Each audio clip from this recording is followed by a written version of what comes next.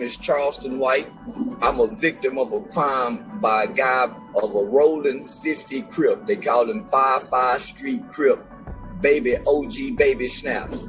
He got a cell phone in prison and he's making threats to victims via social media. I got a quick question for you. What does Charleston White hate more than gangbangers? Yeah, you got that right. Gangbanging rappers. Stomp on his head, King Von dead. Stomp on his head, King Von dead. Did your God let us witness the death of King Von? Oh, all right. Charleston White. Me and him about the same age, but we move a whole lot different. Now, I think his heart is in the right place, but I don't think he has the maturity to come at other black males with respect. And that's the problem. That's a big problem in the world today. People don't like to be respectful to black men. That's been a major complaint that black men have had with our women. One of the biggest problems, the lack of respect. And of course, slave masters never respected us. For a while, they tried to say black women were the least respected. I disagree. Black women in the black community always got more respect than the men. Black men, you can attest to that. We have a matriarchal culture, especially after the 70s. Everything is about the mama, the grandmama.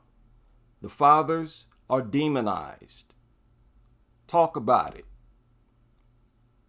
Demonized. And I mean projected like real life devils. And this was going on generation after generation. That's why brothers like Charleston White, and I hope he can change it. That's why brothers like him, even though they don't want to see black men killing each other, still can't come at black men with respect. I am sick of that culture. People feel like we're supposed to be disrespected. You're supposed to be aggressive and spiteful. You always got to yell at them. Can never talk to the black males in a calm, respectful manner. Y'all know this starts very, very early. Many of you can recall you used to get the brutal beatings that your sisters never got.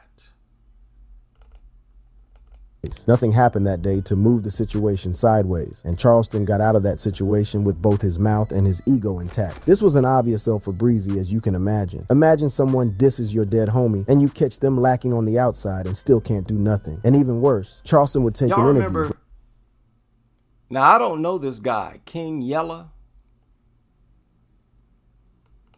He went after this guy's daughter,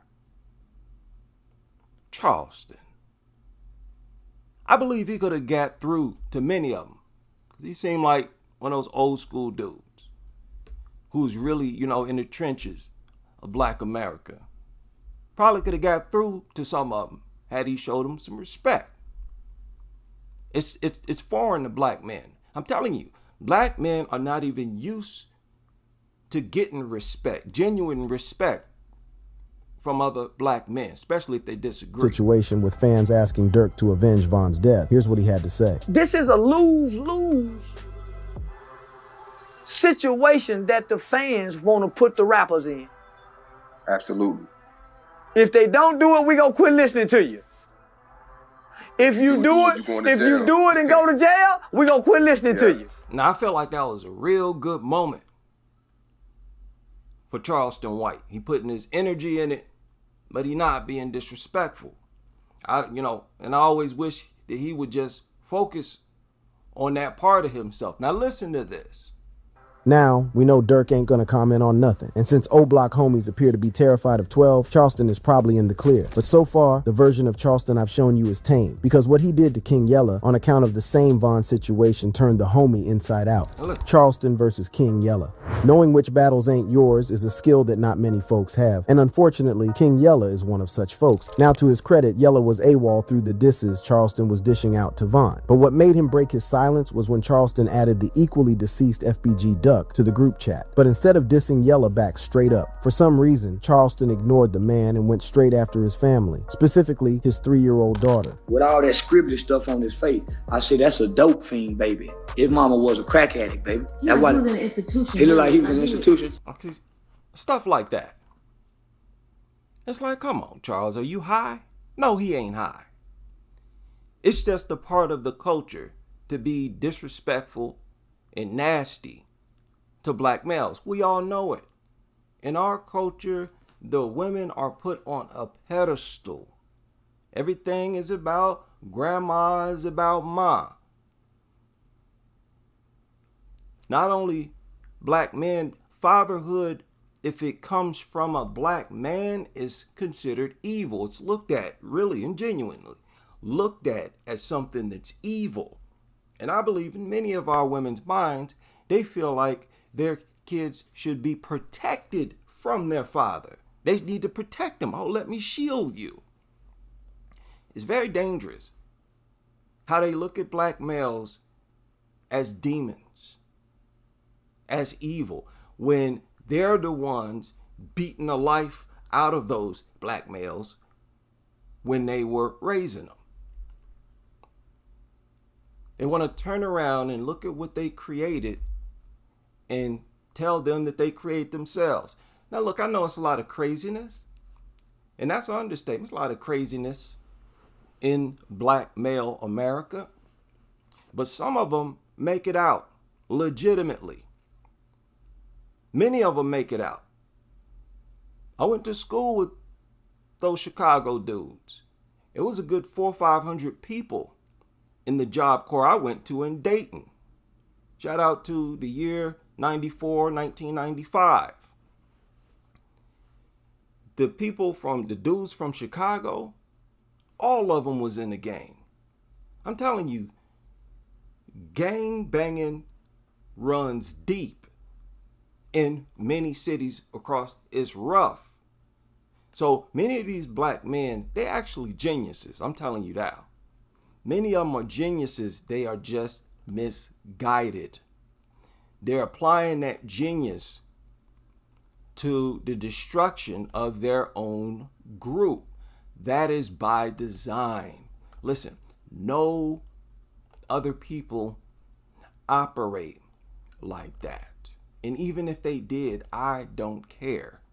That is backwards. Backwards. A lot of these dudes, they get into these gangs for protection. King Von did an interview once. He said, if you come from where I come from, you got to gangbang, or else you ain't coming outside. I know a lot of people heard that like, what? Nah. No, he's dead serious. If you a neutron, at least that's what they was called back when I was going to school. If you're a neutron, meaning that if you were not in a gang at all, anybody could tell you what to do. Because every individual was deep. They was connected to some group. You had to, unless you were some type of Superman, and that just wasn't going to happen.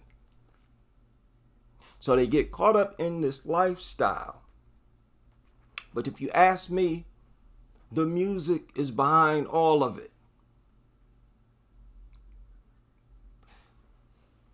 Do y'all really think it takes a man to tell a 3-year-old you're not listening to that? You know how they say, hey, what's wrong with black males? What happened to them? What's the problem with young black men?